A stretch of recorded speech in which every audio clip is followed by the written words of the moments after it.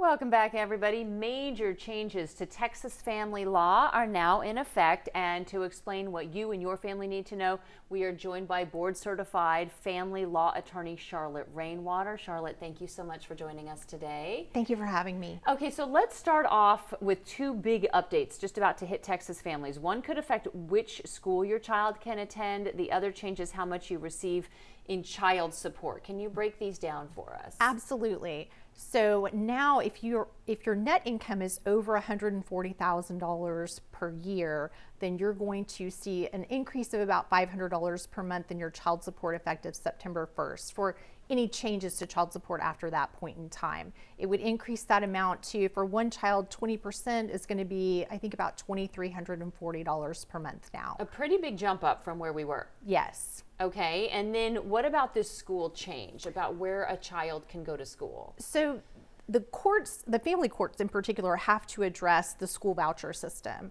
And so now what you're going to see is just as judges are given the power to have the exclusive right to designate a primary residence to one parent, now you're going to see judges giving one of the parents the exclusive right to enroll the children in school so that that parent can transact that voucher without the agreement of the other parent. Okay, so a big change because that was a joint decision earlier? Typically, you would frequently see that educational decisions were joint decisions. Okay, so major change there. Another law takes aim at a controversial therapy meant to reprogram children against one parent. Yes, so you had a very intensive and unique form of therapy that would address parental alienation, which is where one parent would brainwash the child to be estranged from the other parent. And so you had a very intensive and unique form of therapy where the child would either be removed from the parent and then placed into sort of a deprogramming, sometimes overnight, sometimes kept away for 90 days from the other parent who was doing the parental alienation so that they could be reunited with the estranged parent. And then both parents would be reunited without the child once the child had graduated from the program.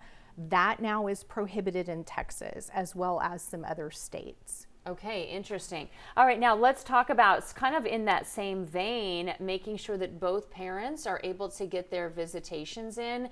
There's also this new 3 strikes rule for parents, right, who are trying to block visitation. Yes, and it's really important for kids to have access to both of their parents and for them to visit with both parents.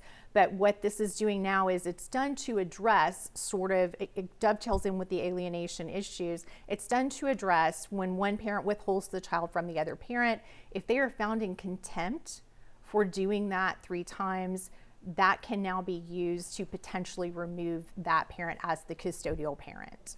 Okay, and again, this is just to make sure that kids have access to both of their parents. That basically the state of Texas believes that's very important. Agreed. Okay, so last question here. Can you explain what the law is now saying about what parents can and can't do when it comes to affirming a child's gender?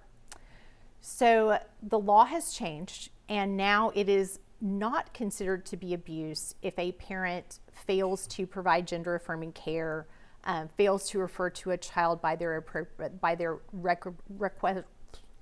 requisite pronouns. Those are no longer considered abusive acts. Okay. Is it unusual that we get so many new laws, or is this what you see every year, or every one of these different sessions? I would say that this year we did have quite a few changes to the Texas Family Code and to laws that impact Texas families, probably more so definitely than the last legislative session. And how do parents find out about all these changes? Probably through news programs like your own. Okay. You can certainly follow and track Texas bills as they go through the House, although that is a really difficult way to figure out what's going to change. But just, searching online gives you a lot of good information as well as contacting people that are in the know in terms of family law, or maybe even their own, state legislators. Okay, well, or you, Charlotte.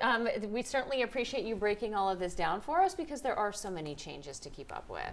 All right, Charlotte, thank you very much for joining us. Jacob, we'll get back to you.